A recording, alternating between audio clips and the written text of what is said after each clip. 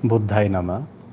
सहज विपස්සना ध्यान के 7वें दिन में आप सभी का तहे दिल से, हृदय से स्वागत है, स्वागत है, स्वागत है। आज का विषय आर्य अष्टांग मार्ग और इस विषय के साथ साथ सहज विपස්සना ध्यान। आर्य अष्टांग मार्ग से पहले 4 आर्य सत्यों का हमने जिक्र किया और अंतिम जो आर्य सत्य है दुख का उपाय और उपाय आर्य अष्टांग मार्ग। आर्य का ज़्यादातर मित्रों को पता होगा कि जो श्रेष्ठ है यानी कि जो अच्छा है, जो सदाचारी है, जो साधु है, इसलिए आर्य अष्टांग मार्ग। और उसी अंतिम जो आर्य सत्य है दुख का उपाय। अब उसी का जो आर्य अष्टांग मार्ग, जो कि कल हमने एक बिंदु छोड़ा था कि अगर हमें उस निर्वाण व मुक्ति के मार्ग में अगर बाधा है तो हमारे चित्त का अति सूक्ष्म जो अहंकार है वही है। और अगर अहंकार छूट जाए, गिर जाए, विदा हो जाए चित्त से, तो फिर जो आज हम समझ के द्वारा इस विषय को जो अब ले रहे हैं वो अपने आप से हल हो जाता है। इसलिए कल 1 मिनट का उसी अहंकार से संबंधित आंखें बंद करके हमने स्वयं का निरीक्षण किया कि अगर कहीं भी अगर दुख है जीवन में तो उस दुख के पीछे हमारा अहंकार छिपा हुआ है मूलतः, जो कि हमें एक दुख जो सबसे ज़्यादा हमारे चारों तरफ रहता है, मृत्यु का। परिचित या संबंधी जब गुजरते हैं तो हमें बड़ा दुख होता है और हमें लगता है कि मृत्यु में भी बहुत बड़ा दुख है जब कोई मरता है। इस पे चर्चा हम फिर बाद में करेंगे, लेकिन अनुभव के आधार पे मैं इशारा कर रहा हूँ कि मृत्यु में कोई दुख नहीं होता जब कोई मरता है। लेकिन अभी हम जो अष्टांग मार्ग है उसी को लेके चल रहे हैं। अभी वही महत्वपूर्ण है और वही दुख का उपाय है। इसलिए पहला जो अष्टांग मार्ग है वह है सम्यक दृष्टि। और सम्यक दृष्टि यानी कि सम्यक का मतलब है सम हो जाना, और सम का मतलब अब धीरे धीरे हम समझ ही रहे हैं, ना अति ज़्यादा संसार की, ना अति ज़्यादा अध्यात्म की।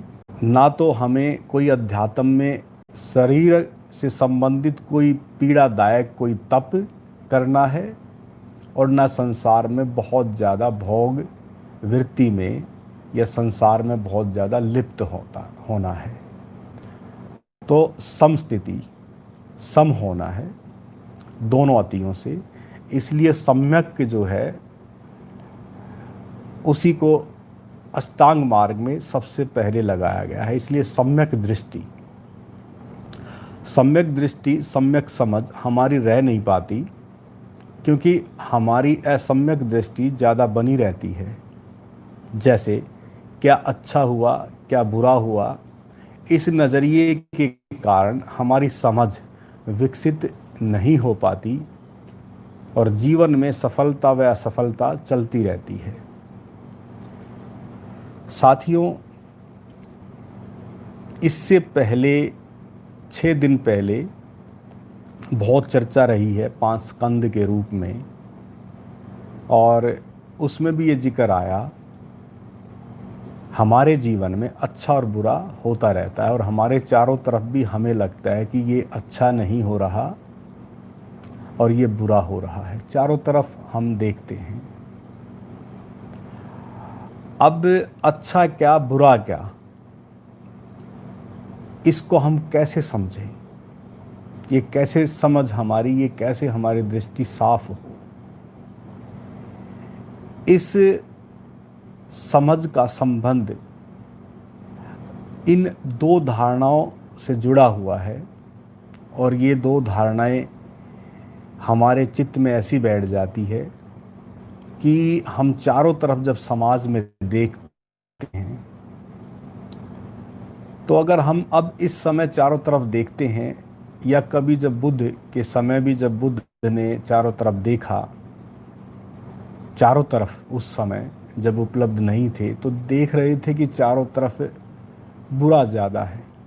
और आज भी अगर हम अपने चारों तरफ देखते हैं तो हमें बुराई ही ज़्यादा नज़र आती है। लेकिन बुद्ध का संबंध यानी कि साधक की स्वयं की अंतस चेतना से है।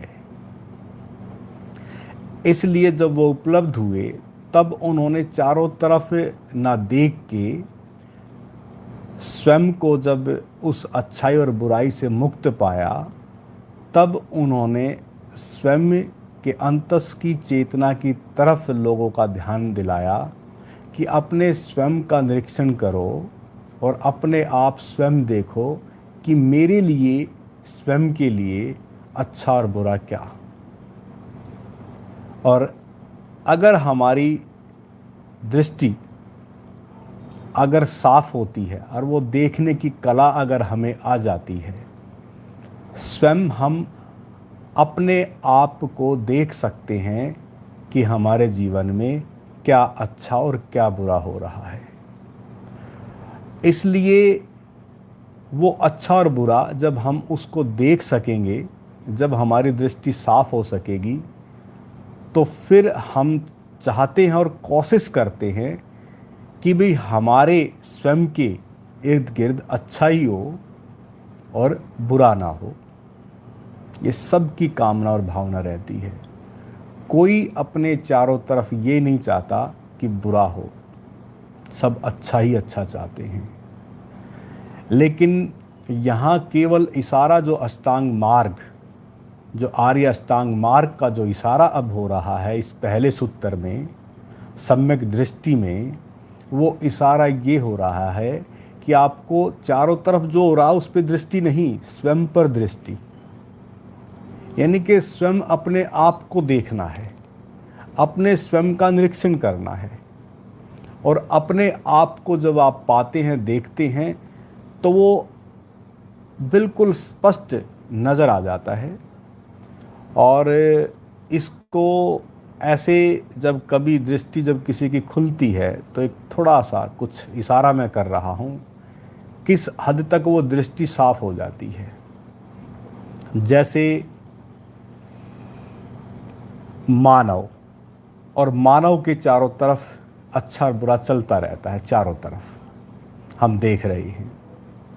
लेकिन जैसे ही दृष्टि जब साफ होती है तो पाते हैं कि इन सभी समस्याओं के जड़ में मेरा ही अस्तित्व छिपा हुआ है।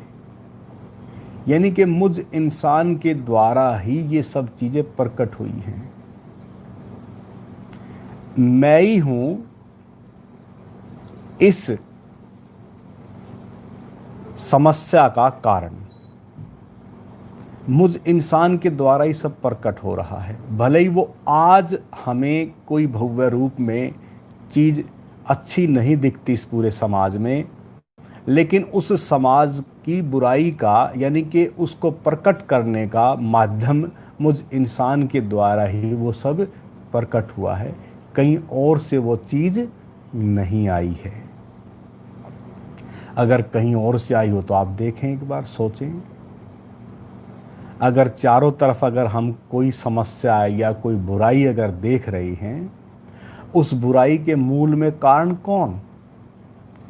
मेरे चेहरे को मत देखो, मेरे नाम को मत देखो। ये चेहरा, ये नाम हमारे जो भी हैं माँ बाप उन्होंने रख दिया। अरे इस चेहरे को ना देखें, यानी कि मुझ इंसान के द्वारा ही वो सब प्रकट हुआ है। जैसे मैंने पीछे कहा था कि अध्यात्म और विज्ञान मुझ इंसान से ही प्रकट हुआ है, वो हमारी बात समझ आ गई। ऐसी ये बात भी अगर हम समझ जाएं कि चारों तरफ अगर समस्या और जंजाल हमें अगर नज़र आ रहा है, उसके पीछे मुझ इंसान का ही हाथ है। भले ही वो आज वर्तमान में वो चीज हमें नजर आ रही है, लेकिन उस वर्तमान की जिम्मेवारी अतीत में अगर कोई भी इंसान अगर कारण आज बन रहा है, तो उस अतीत में भी मुझ इंसान का ही हाथ था, तब भी मेरी मौजूदगी थी। इसे आप ऐसे समझ लें, यानी कि उस समय हो सकता कि काया दूसरी होगी, विचार कुछ और होंगे, लेकिन मुझ इंसान का ही हाथ है। और अतीत में जाएंगे तब भी मेरी ही मौजूदगी थी। और अगर भविष्य में भी अगर कुछ लगता है कि गड़बड़ होने जा रही है, तो उस गड़बड़ के पीछे भी मुझ इंसान का ही हाथ है। अगर इतनी सी चीज अगर साफ हो जाए और दृष्टि साफ हो जाए, तो हमें समझ आ जाता है कि अच्छा क्या और बुरा क्या है। और हम इस जंजाल से जो चारों तरफ जो भव्य रूप आज इस समय जो हमारे चारों तरफ समस्याएं जिस रूप में भी हैं, उस जंजाल से हम निकल जाते हैं। और उस दृष्टि का जो संबंध है, उसी से जंजाल से निकल के देखने का संबंध है, और स्वयं हम अपने आप को देख पाते हैं। फिर हम चारों तरफ कोई भी अगर इस तरह की समस्या है, तो उस समस्या से हम घबराते नहीं, उस बुराई से हम घबराते नहीं। लेकिन इतना जरूर है कि हमारी स्वयं की दृष्टि जब साफ हो जाती है, तो मेरे भीतर एक रूपांतरण होता है, स्वयं के भीतर एक रूपांतरण होता है। और वो जब रूपांतरण होता है, तो फिर मुझ मैं के द्वारा उससे बचना हो जाता है। और वो जो बचना ही है, वही है सम्यक दृष्टि। इसलिए धीरे धीरे हम उसी सम्यक दृष्टि को अपने भीतर जन्मा रहे हैं, और हम अपने स्वयं को देख रहे हैं, स्वयं का निरीक्षण कर रहे हैं। इसलिए औरों पे दोष मत दो। अगर घर परिवार में अगर 5 सदस्य हैं, सोचें कि बेटा गड़बड़ का है, बेटी गड़बड़ की है, पिता गड़बड़ की है, माँ गड़बड़ की है, भाई गड़बड़ का है, भाभी गड़बड़ की है, या और हमें लगता है कि परिवार में ये सब गड़बड़ के हैं, या फिर लगता है कि अड़ोसी पड़ोसी ठीक नहीं है, या फिर लगता है कि ये तो जहाँ हम कार्यरत हैं, जहाँ हम काम करते हैं, वहाँ के वर्कर ठीक नहीं है, एम्प्लॉइज ठीक नहीं है, या जहाँ मैं बिजनेस कर रहा हूँ वहाँ सब ऐसे ही है। ध्यान देना, ये जो हमारी दृष्टि अगर सही में अगर साफ होती है, तो हमारी दृष्टि स्वयं पर लौटती है। और हमारा जब रूपांतरण हो जाता है, तो वो जो दूसरों में जो हमें गड़बड़ नजर आती है, और स्वयं को हम बदलना नहीं चाहते। इसलिए सम्यक दृष्टि का मतलब किसी दूसरे को ठीक करने का नहीं, स्वयं को देखना है। इसलिए बुद्ध का संबंध जो आर्य अष्टांग मार्ग का है, वो स्वयं को देखना है, अपने आप को रूपांतरित करना है। इसलिए संदेश आप सुनते रहते होंगे, और यहाँ से भी हम संदेश देते रहते हैं कि स्वयं का रूपांतरण ही जग का रूपांतरण बन जाता है।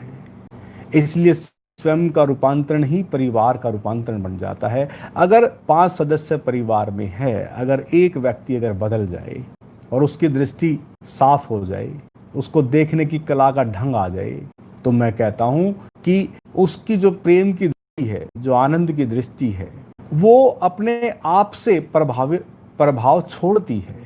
इसलिए बस इतना ही सारा है अष्टांग मार्ग के द्वारा, कि हमारी जो समझ है वो साफ हो, और हम अपने स्वयं को देख सकें अच्छे से, और हम निर्णय ले सकें क्या अच्छा क्या बुरा। दूसरा है सम्यक स्मृति, अर्थात सम्यक जागृति। एक बाहर की परिधि पर जीवन, एक केंद्र की परिधि पर जीवन। बाहर के कंप के प्रति जागना दृष्टा, और केंद्र व बाहर दोनों के प्रति जागना साक्षी। दृष्टा और साक्षी दो महत्वपूर्ण चीजें। और सम्यक जागृति यानी कि फिर यहाँ जागरण की बात हो रही है, और जागरण की बात के साथ साथ एक बाह्य परिधि है और एक अंतस केंद्र है। बाहर की परिधि के प्रति जागना दृष्टा, और अंतस केंद्र के प्रति जागना साक्षी। ये दो चीजें हैं। यानी कि हमारे चारों तरफ जो बाहर घटता रहता है, हमारे चारों तरफ, इसको आज मैं थोड़ा सा स्पष्ट कर दूं, और ये स्पष्ट करना जरूरी है। बार बार पहले भी किया गया है, लेकिन कुछ पुराने साथी मित्र हैं, अगर वो दोबारा भी सुन लेते हैं तो कोई दिक्कत नहीं है। जैसे दृष्टा को समझना है कि दृष्टा क्या, मैंने हो सकता है पहले भी समझाया हो, लेकिन फिर दोबारा मैं रिपीट कर रहा हूं कि दृष्टा अगर हमारी समझ आ जाए तो बाहर की परिधि पर, यानी कि संसार जो बाहर जो हमारे चारों तरफ फैला हुआ है, वो आपका सुंदरतम हो जाएगा, प्रेमल हो जाएगा। और ये मैंने शायद इसी दौरान, विपස්සना के दौरान भी समझाने की कोशिश की थी, लेकिन फिर भी मैं अब दोबारा से थोड़ा सा आपको बता दूं कि जैसे मान लो एक आप कोई फिल्म देख रही हैं, उदाहरण के तौर पे इसको ले लें, एक फिल्म देख रही हैं, दर्शक बैठा है, फिल्म देख रहा है, सामने दर्शक के दृश्य है, ठीक है। अब दर्शक जो है दृश्य देख रहा है और दृश्य जैसा जैसा पर्दे पे आता है वैसा वैसा उसकी भाव भंगिमा होती रहती है, यानी कि उसके चेहरे की दशाएं बदलती रहती हैं। रोने का सीन आता तो रोता है, हंसने का आता तो हंसता, डर का सीन आता तो डर जाता है। और जैसे ही यानी कि वो कंपनता डर के कारण होती है, तो वो क्यों होती है उसको थोड़ा समझने की कोशिश करना कि दर्शक का संबंध दृश्य से हो गया।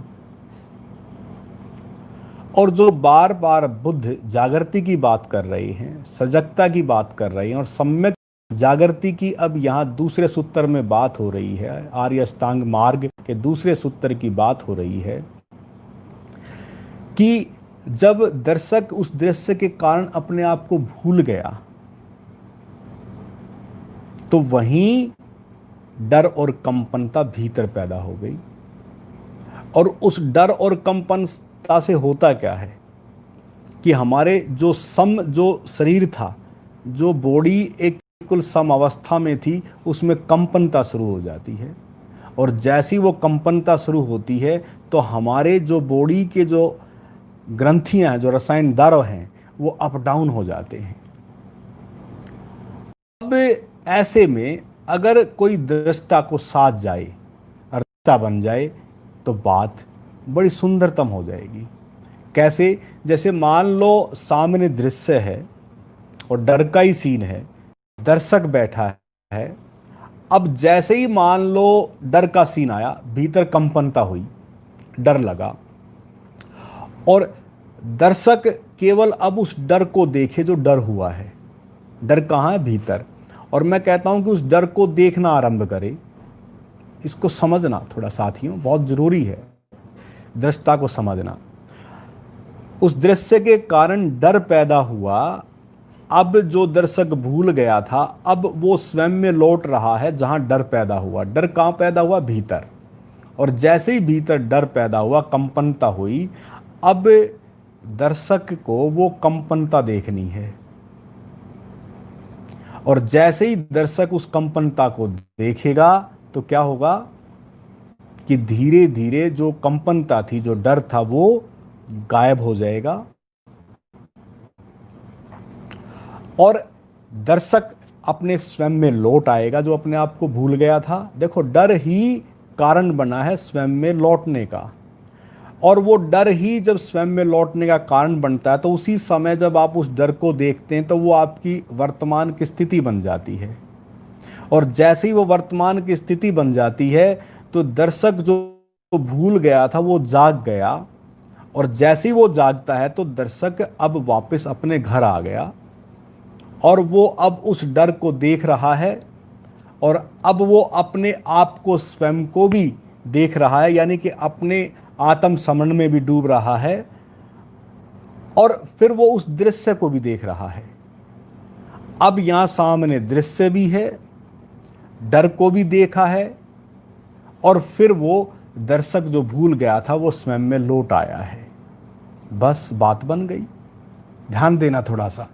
अब धीरे धीरे वो कंपनता खत्म हो गई, अब सामने दृश्य भी है, डर भी खत्म हो गया है, और जो दर्शक है वो दृष्टा बन गया। अब ये जो दृष्टा है, इस दृष्टा के सदते ही कंपनता बंद हो गई और स्वयं को देखने वाला बन गया। और अब जैसे ही वो कंपनता बंद होती है, वो कंपनता कहाँ है? हमारे अंतरतम में, हमारे केंद्र में। और जैसे ही वो कंपनता बंद होती है, और जब उस अकंप के प्रति भी, उस अकंप को जो देखने वाला है, जब अभी तो कंपनता को देखा वो दृष्टा, जो अकंप को देखने वाला है वो साक्षी। बस, यानी कि अब उसके आप गवाह हैं उस शांति के, उस अकंप के अब यहाँ कोई कंपनता नहीं है। बस अब उसको जो देख रहा है, उसके जो गवाह हैं आप, अब दर्शक भी बैठा है, दृश्य भी सामने है, और दृष्टा उस कंपनता के प्रति सजग है और सचेत है, और वो साक्षी है उस संपूर्ण व्यवस्था का। अगर ये सम्यक जागृति है, अब इस जागरण को और इस जागृति को अगर आप देखें अपने चारों तरफ, अब ये तो मैंने एक उदाहरण दिया आपको फिल्म का, लेकिन उस फिल्म को आप ऐसे समझ लें कि हमारे चारों तरफ वो दृश्यावली, वो नाटक, वो फिल्म चल ही रही है, और आप अपने जीवन के एक्टर हैं, आप अपने जीवन के हीरो हैं, और हीरो के चारों तरफ ये सब कुछ चलता रहता है। आपके परिवार में दृश्य बनते रहेंगे, वह नाटक चलता रहेगा, फिल्म चलती रहेगी, अड़ोस पड़ोस में वो दृश्य बनते रहेंगे, आप जहाँ कार्यरत हैं वहाँ वो दृश्य बनते रहेंगे, सब जगह वो दृश्य आपके चारों तरफ बनते रहते हैं। अगर उन दृश्यों के प्रति अगर आप दृष्टता को साध लेते हैं, तो फिर कोई भी आपके अंतरतम में कहीं भी जाके किसी तरह की कंपनता नहीं बचती। जो हमारा शरीर सम है वो सम ही रहता है। जो हमारे रसायन द्रव्य हैं, जो अप डाउन होने के कारण जो हमारे बॉडी में किसी भी तल पर, किसी भी ग्रंथि में जो कमी आ जाती है, वो कमी नहीं होती है। इसलिए 70 से 80% हमारा शरीर रोगग्रस्त हो जाता है। अगर इस चीज़ को अगर हमने साध लिया तो हम बहुत चीज़ों से बच जाते हैं। अन्यथा आए दिन हमारे चारों तरफ ये घटनाएं घटती रहती हैं, छोटे छोटे दृश्य रोज़ बनते रहते हैं, और उन दृश्यों के कारण हम कंपित होते रहते हैं, और हमारे रसायन द्रव्य हमारे शरीर के अप डाउन में होते रहते हैं, और हमें पता भी नहीं लगता। और धीरे धीरे फिर हमें लगता है कि अब ये बीमारी हो गई, फिर ये हो गया, फिर ये हो, और इसमें मानसिक जो संतुलन है वो विशेषकर और गड़बड़ हो जाता है। इसी मानसिक असंतुलन के कारण हमारा सब डिस्टर्ब हो जाता है। और वो सब होता कैसे है? बाहर की परिधि पे जो दृश्य बनते रहते हैं, उन सब के प्रति जागना, सम्यक सम्मति यानी कि सम्यक जागृति। अब तीसरा महत्वपूर्ण सम्यक कर्म। अब सम्यक कर्म के बारे में तो हमने काफ़ी चर्चा पहले कर ली है। शरीर के तल पर जो भी हम शरीर के द्वारा कार्य करते हैं, उन कार्यों के प्रति हमें जागना है। वो छोटा कार्य है या कोई भी बड़ा कार्य है, और बड़ा कार्य तो मुझे को लगता नहीं, क्योंकि सब छोटे छोटे कार्यों से बड़ा दिखता है।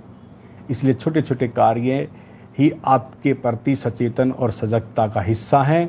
इसलिए उन छोटे छोटे कार्यों के प्रति आप सचेत व सजग रहें, तो आपके जीवन में एक अलग तरह की कार्य कौशलता, और उस कर्म को अगर सचेत और सजग होकर करेंगे तो वही यानी कि अकर्म बन जाएगा, यानी कि निष्काम कर्म बन जाएगा बस। और वही कर्म आपका खेल बन जाएगा, क्रीड़ा बन जाएगा, और वो कर्म आपका बोझ नहीं बनेगा। इसलिए सचेत व सजग होकर कोई भी कार्य आप करें। इसलिए 3 चीज़ें महत्वपूर्ण हैं जो सम्यक कर्म से जुड़ी हैं। वाचा कर्मणा, जो हम बोलते हैं ना कई बार, वचन से, मन से और कर्म से, 3 चीज़ें, यानी कि मनसा वाचा कर्मणा। यानी कि मन से हमें किसी के बारे में गड़बड़ नहीं सोचना, वाणी हमारे द्वारा कभी कोई ऐसी प्रकट ना हो, और कर्म हमारे द्वारा बेहोशी में ना हो। इसलिए इन तीनों के प्रति अगर हम सचेत रहते हैं तो हमारा कार्य अपने आप में ही एक अलग ढंग का होगा, और उसमें कोई भी भूल चूक नहीं होगी। और जब भूल चूक नहीं होगी तो आपका जो आपके द्वारा जो कार्य होगा वो अपने आप में ही अच्छा होगा। इसलिए इसके बारे में काफ़ी कुछ पहले प्रकाश डाल ही दिया है। और फिर चौथा है सम्यक आजीविका, अर्थात मधुर जीवन, मधुर संबंध। ये महत्वपूर्ण है, और इसलिए महत्वपूर्ण है देखो कब 2500 वर्ष पहले बुद्ध ने अष्टांग मार्ग दिया, उस समय भी इसका मतलब संबंधों में तो गड़बड़ रही होगी, जीवन में मधुरता खत्म रही होगी। और आज भी अपने चारों तरफ हम देख रहे हैं, जैसा हम संबंध चाहते हैं, जहां भी हम रहते हैं, क्या वो मधुर जीवन, मधुर संबंध हमारा रह पाता है? अगर हम अपने चारों तरफ देखें तो साथियों, मित्रों, यहाँ अब जो चौथा जो सूत्र है आर्य अष्टांग मार्ग का, बहुत महत्वपूर्ण है। अगर समाज स्वस्थ रखना है, समाज प्रेमल हो और शांतिपूर्ण हो, और मैं तो कहूँगा कि हम अब समाज को देखने का नज़रिया, और वो समाज है किससे? व्यक्ति से। इसलिए समूह समाज का हिस्सा बन जाता है, लेकिन वो समूह किसका है? व्यक्तियों से, व्यक्ति से। इसलिए समाज की बजाय व्यक्ति को स्वयं पर दृष्टि डालनी है और अपने आप को स्वयं को देखना है कि जहां हम रह रहे हैं वहां मेरे द्वारा जो संबंध हैं वो मधुर संबंध है कि नहीं है। दूसरे के द्वारा हमारे जीवन में क्या हो रहा है, या दूसरा हमारे संबंधों के बीच क्या पैदा कर रहा है, और संबंधों में ही ईर्ष्या, द्वेष, क्रोध बहुत ज़्यादा पनप रही है। और हम दूसरे को जब देखते हैं तो सोचते हैं कि जब ये ऐसा है तो हम ऐसे क्यों ना रहें, हम भी ऐसा ही करेंगे। इसलिए हम भी फिर उसी ईर्ष्या, द्वेष और क्रोध में चले जाते हैं। लेकिन यहाँ महत्वपूर्ण बात जो इशारा हो रहा है कि हमने दूसरे को नहीं देखना, दूसरा आपको प्रेम कर रहा है कि नहीं कर रहा, हमारा ये संबंध दूसरों के प्रति कैसे हैं, हमारी भीतरी दशा कैसी है, हमारे भीतर वो प्रेम मधुर संबंध है कि नहीं है, मुझ मैं के भीतर वो चीज है कि नहीं है। बस मुझे देखना, स्वयं को देखना है कि मेरे भीतर है कि नहीं। अगर आपके भीतर अगर वो मधुरता है संबंधों के प्रति, तो बस बात बन गई। इसलिए हमें अपने आप को, स्वयं को देखना है, हमें प्रेमपूर्ण होना है। अगर आप प्रेमपूर्ण होते हैं और आप प्रेम ही देते हैं, तो फिर उम्मीद और अपेक्षा आप चाहते हैं बदले में, वहां गड़बड़ होती है बस, और गड़बड़ कुछ नहीं है। आप तो प्रेम प्रेम देते ही जा रहे हैं, लेकिन जब आपको नहीं मिलता तो गड़बड़ है। अब यहां बस उत्तर को नोट कर लें। अगर आपको अपने चारों तरफ अगर संबंध अगर मधुर रखने हैं, तो आपको बस देना है, प्रेम देना है, और आप दाता बने। बदले में आपको क्या मिल रहा है, क्या नहीं मिल रहा है, इसकी चिंता और इसकी मांग आप छोड़ दें। यही दुखों का कारण है। इसलिए अगर दुखों से उपाय करना है तो आपको ये डिमांड और मांग छोड़नी पड़ेगी, आपको दाता बनना पड़ेगा। और संबंधों में बस एक ही चीज़ होती है, प्रेम। इसलिए 3 चीज़ें प्रेमों के शब्द हैं। छोटों के प्रति कहते हैं कि स्नेह, और बराबर के प्रति प्रेम, और बड़ों के प्रति श्रद्धा। ये 3 एक ही रूप हैं। इसलिए अगर आपके भीतर अगर प्रेम है, अपने चारों तरफ जहां आप कार्यरत हैं, जहां परिवार है, जहां भी आप रहते हैं, जहां भी है, तो बस आपके संबंध फिर ऐसे ही रहेंगे। और वो जो संबंध होंगे, अब अगर आपके भीतर अगर कोई भी डिमांड रत्ती भर भी अगर आ गई कि अपेक्षा और आशा से आप बंध गए कि नहीं, बेटा नहीं कर रहा, बेटी नहीं कर रही, बाप मुझे तो कर ही नहीं रहा, माँ तो कर ही नहीं रही, भाई तो कर ही नहीं रहा, बहन तो कर ही नहीं रही, या फिर अड़ोसी पड़ोसी तो कर ही नहीं रहे, या जहाँ आप कहीं काम करते हैं तो कोई और तो ध्यान देता ही नहीं है, फिर गड़बड़ हो जाएगी। बात है अब यहाँ केवल अपने ऊपर, स्वयं पर आने की। और मैं कहता हूँ कि आपके भीतर अगर वो प्रेम जन्म जाए, तो मैं कहता हूँ कि स्वर्ग और नरक और कहीं थोड़ी ना है, और बुद्ध के जगत में तो यही स्वर्ग और नरक है, इसलिए उनके जगत में कहीं कोई और स्वर्ग और नरक नहीं है। इसलिए उन्होंने तो मानव की चित्त की दशा को जीवन के जीते जी उस स्वर्ग में रहने की कला, वो जो अष्टांग मार्ग, दुख दूर हुए तो फिर केवल जीवन में क्या बचेगा? जब दुख ही नहीं बचेगा तो फिर क्या बचेगा? बस इसलिए उसी की ओर वो इशारा कर रहे हैं। और आज हमने 4 जो अष्टांग मार्ग के जो सूत्र लिए हैं, 4 को हम कल लेंगे।